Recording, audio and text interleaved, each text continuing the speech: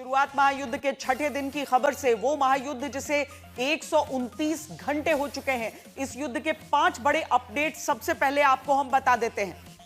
पहली खबर है कि इराक में अमेरिकी सेना के ठिकानों पर ईरान ने कुछ देर पहले बड़ा हमला किया है। इरबिल में अमेरिकी सेना के मुख्यालय पर यह हमला हुआ है। दूसरी बड़ी खबर यह है कि रूस की तरफ से कहा गया है कि ईरान ने उससे अब तक मदद नहीं मांगी है, तो क्या रूस मदद करेगा अगर ईरान मांगेगा? तीसरी बड़ी खबर रियाद के ऊपर हमले की है। सऊदी राजधानी में धुआं उठता हुआ देखा गया है। चौथा अपडेट यह है कि श्रीलंका में ईरान का दूसरा जहाज भी सुरक्षा के लिए इजाजत मांग रहा है, मतलब उसे खतरा लग रहा है। ईरानी शिप को डर है कि कहीं फिर अमेरिका वार करके उसे डुबो न दे। पांचवी खबर यह है कि इजरायल ने लेबनान की राजधानी बेरूत के एक इलाके को पूरी तरह से खाली करने की चेतावनी दी है। पहली बड़ी खबर रूस से जुड़ी है। रूस का कहना है कि ईरान ने रूस से सैन्य सहायता नहीं मांगी है। क्रेमलिन प्रवक्ता दिमित्री पेस्कोव से पूछा गया कि रूस क्या सिर्फ बयानबाजी से आगे बढ़कर अपने सहयोगी को सैन्य सहायता की पेशकश कर सकता है। उन्होंने जवाब दिया कि ईरानी पक्ष से कोई अनुरोध आया ही नहीं है। रूसी अधिकारियों ने बताया कि पिछले साल मॉस्को और तेहरान ने रणनीतिक साझेदारी संधि की थी, जिसमें सैन्य सहायता का कोई प्रावधान नहीं है। मतलब रूस सीधे तौर पर ईरान के लिए नहीं उतरेगा।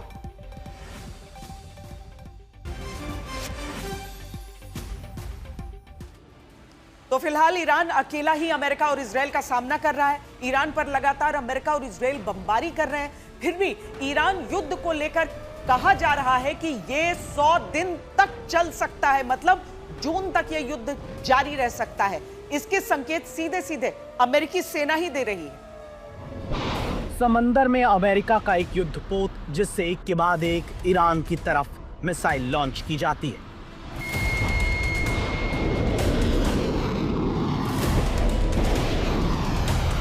चालीस सेकंड के इस वीडियो में ताबड़तोड़ मिसाइल लॉन्च का मकसद अमेरिका का अपनी पावर दिखाना है।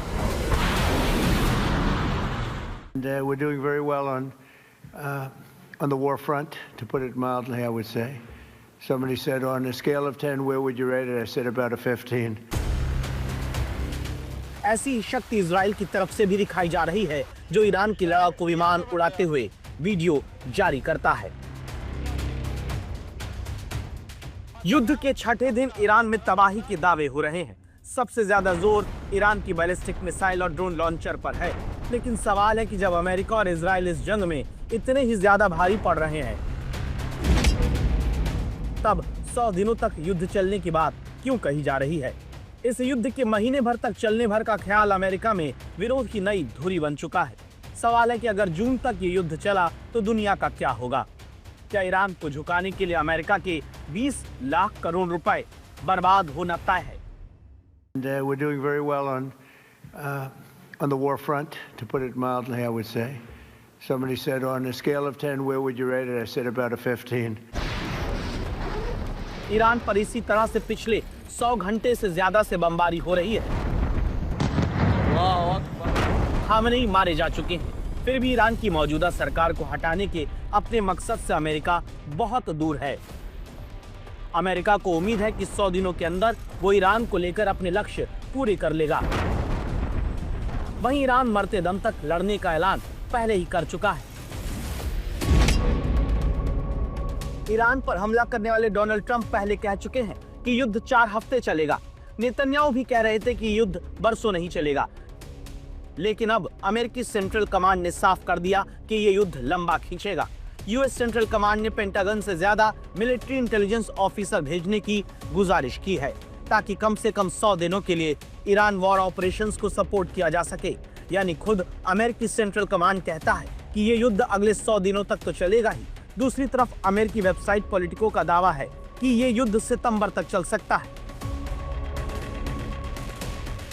अगर ऐसा हुआ तो फिर दुनिया पर इसका बहुत बुरा असर होगा। अमेरिका के लिए भी जंग लड़ने की कीमत बढ़ती चली जाएगी।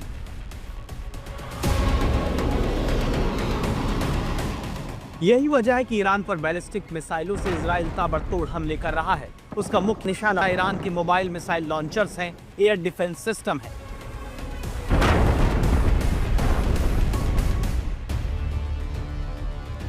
जंग का विरोध करके सत्ता में बैठे ट्रंप के लिए ईरान युद्ध में खुद को सही साबित करना जरूरी होता जा रहा है, क्योंकि अमेरिका में ही उन पर सवाल उठने शुरू हो गए, खासकर युद्ध के खर्चे को लेकर।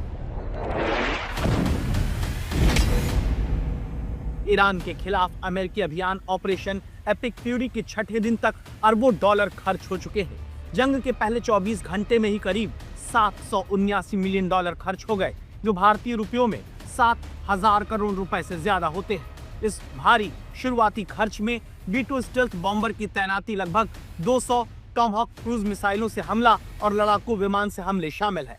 हमले से पहले की तैयारी में जंग शुरू होने से पहले अमेरिका ने अपने फौजी संसाधनों को जुटाना शुरू किया, जिसमें 1 दर्जन से ज्यादा नौसैनिक जहाजों USS गेराल्ड आर फोर्ड की तैनाती शामिल है।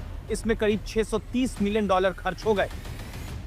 नौसैनिक बेड़े और 200 से अधिक सैन्य विमानों वाले युद्ध अभियान के लिए करीब 59.4 मिलियन डॉलर से 60 मिलियन डॉलर प्रतिदिन का खर्च आ रहा है। हवाई बमबारी, रसद तैनाती और हमलों से पहले किए गए अभियानों को ध्यान में रखते हुए सेंटर फॉर अमेरिकन प्रोग्रेस के मुताबिक पहले कुछ दिनों में ही कुल लागत 5 अरब डॉलर से ज्यादा हो गई है। तुरंत के सैन्य खर्च से परे देखें तो पेन वॉर्टन बजट मॉडल के आर्थिक विशेषज्ञों का अनुमान है कि अगर ये लड़ाई 1 महीने उससे ज्यादा समय तक चली तो सैन्य खर्च और युद्ध से होने वाले आर्थिक नुकसान से अमेरिकी अर्थव्यवस्था को 210 अरब डॉलर तक का नुकसान हो सकता है।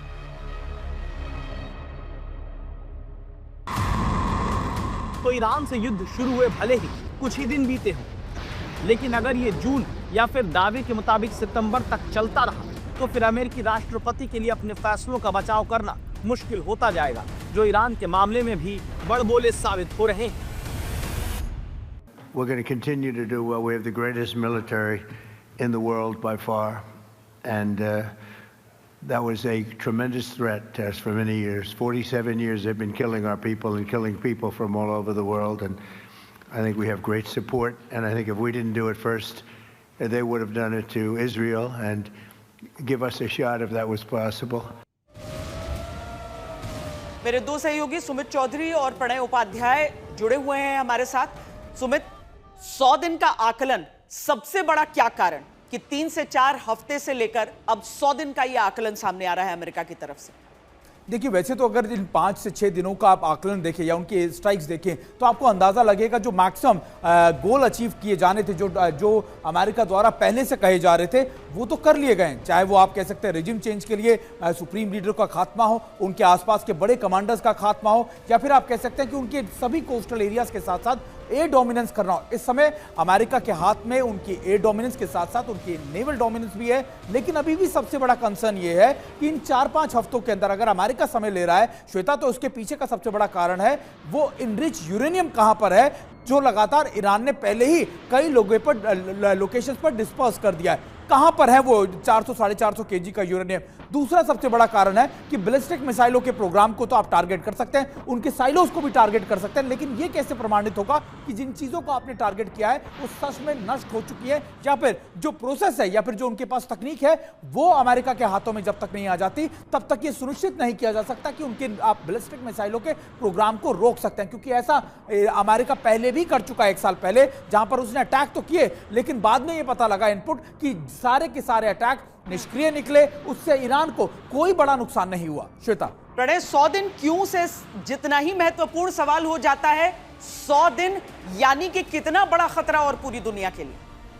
देखिए, दुनिया को इस खतरे का एहसास अब बढ़ता चला जा रहा है, क्योंकि जैसे जैसे इस जंग का दायरा बढ़ रहा है। अगर बीते 48 घंटों में आप देखें तो भारत के करीब हिंद महासागर के अंदर अब ये जंग पहुंच चुकी है, जहां एक ईरानी युद्धपोत को डुबोया गया। वहीं दूसरी तरफ अगर आप देखें तो साइप्रस और उसके आगे तक इस जंग का जो आभास है और इस जंग का जो प्रभाव है वो पहुंच रहा है। अगर आप अब तक देशों के दायरे की बात करें तो अब ब्रिटेन अपने युद्धपोत को आगे बढ़ा चुका है, इटली अपना युद्धपोत आगे बढ़ाने की बात कर रहा है, फ्रांस ने अपना विमान वाहक पोत चार्ल्स डी गोयल जो है वो आगे भेजा है, और इसके साथ साथ अमेरिका और इजराइल की ताकत तो वहां लगी ही हुई है। ईरान जो है वो लगातार अभी भी वार कर पा रहा है, तो इसने इस पूरी बिसात को और कॉम्प्लिकेट बना दिया है। इसीलिए जैसे माना जा रहा था कि ये हो सकता है कि 5-6 दिन का ऑपरेशन हो, 1 हफ्ते का ऑपरेशन हो, 3-4 दिन का ऑपरेशन हो, कई आकलन शुरुआत में दिए गए। अब ऐसा लग रहा है कि खुद अमेरिका ही इसकी टाइमलाइन को आगे बढ़ा रहा है, जिसमें 100 दिनों की बात की जा रही है। और तेल के बढ़ते हुए दाम, तेल की सप्लाई और गैस की सप्लाई की उठती हुई चिंताएं और गैस के बढ़ते हुए दाम और साथ ही बढ़ता हुआ हमलों का दायरा ये बताता है कि ये मैदान